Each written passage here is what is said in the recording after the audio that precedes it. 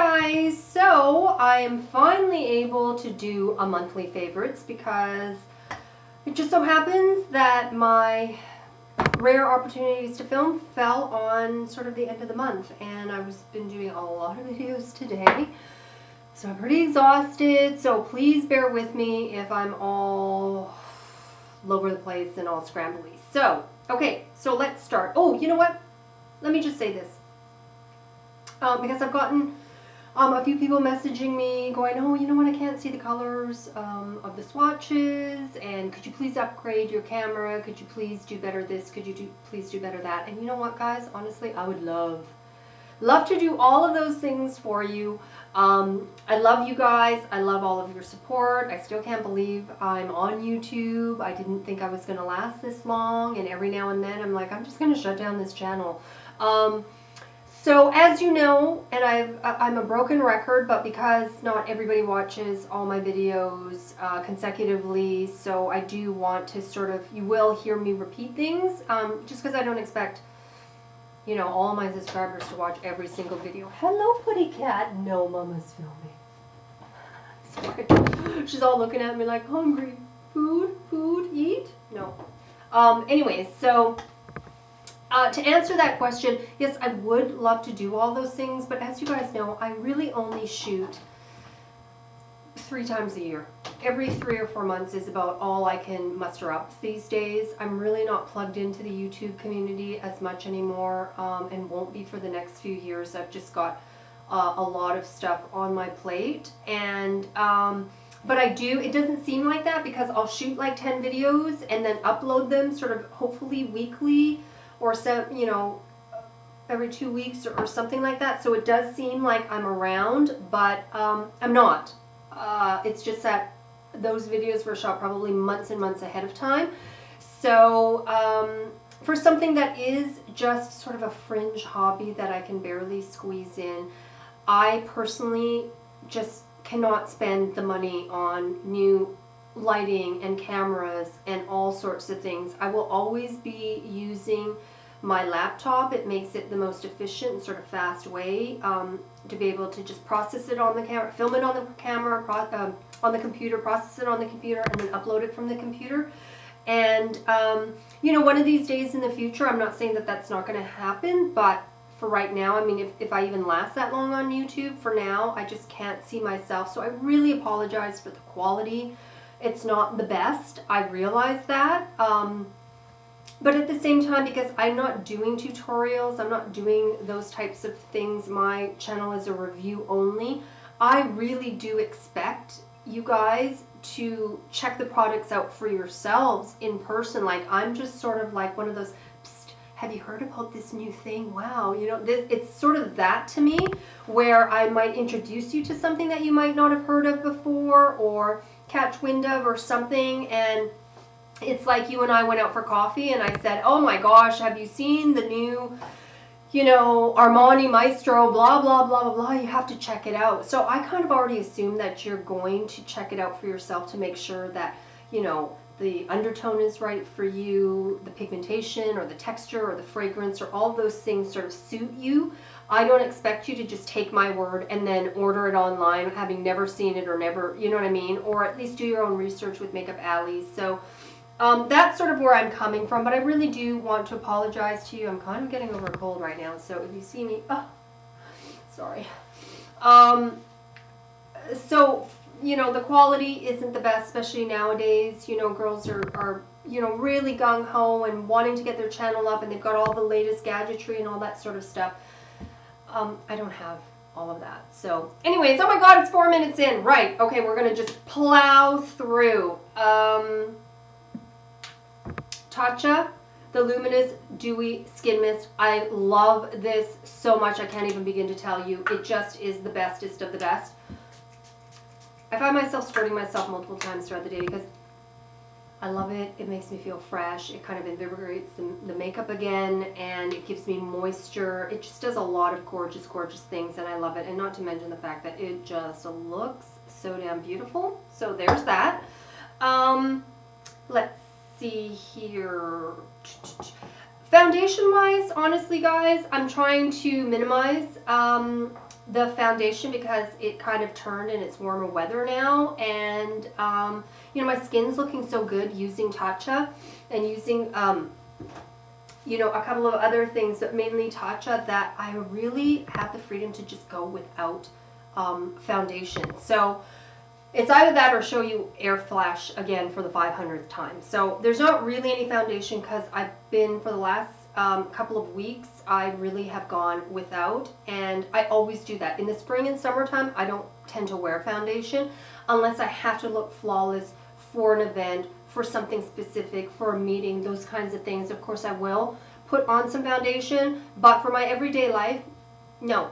In the wintertime, I need some help, but when the sun's out and it's beautiful, my skin's looking really good, I really try to not use it. So there's that.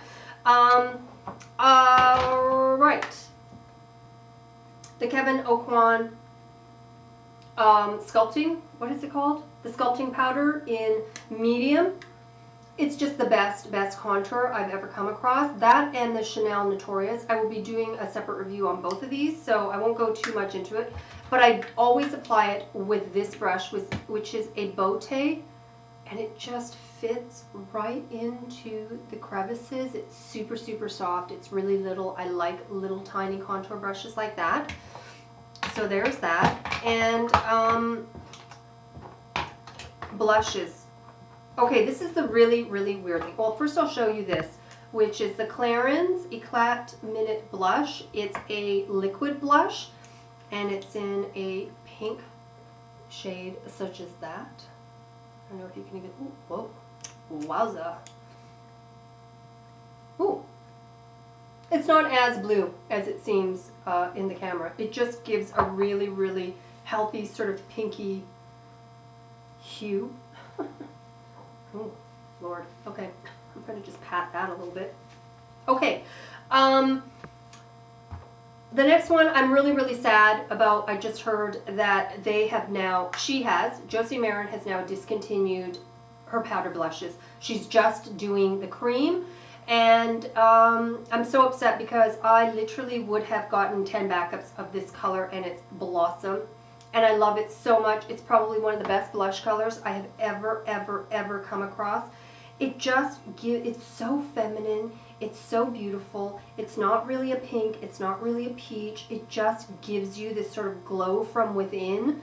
It is stunning, and I'm trying to conserve it. So I really am trying to not wear it as much, but I just found out about it, and I was wearing it like a mofo this month, and now I kind of regret it because I need to save it. So it's Blossom, which, why did I even bother? Because you can't even get it anymore. Or, how about this?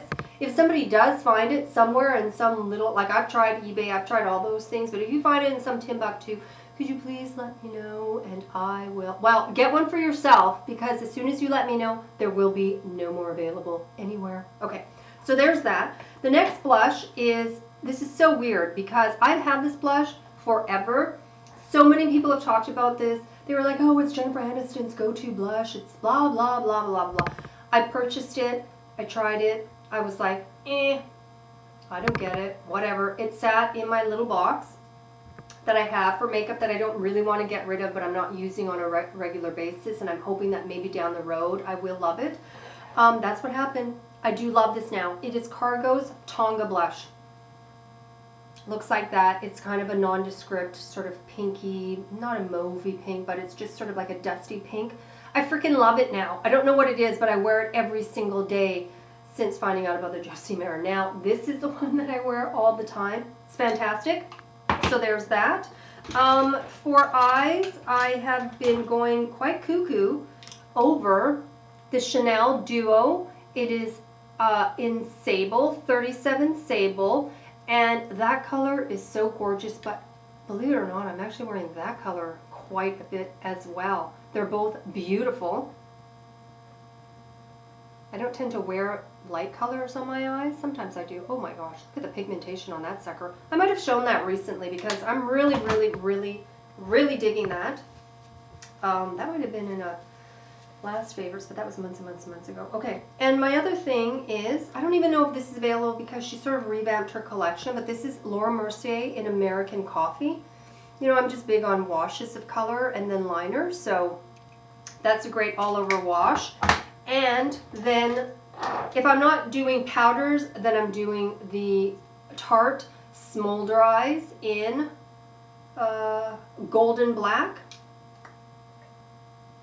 and copper penny or something. Oh, wait a second. Lord, the eyes. What the hell? Come on, baby. I don't know. I think I might have wiped or rubbed that sucker off. I don't see it anywhere. Okay, well anyways, it looks like this.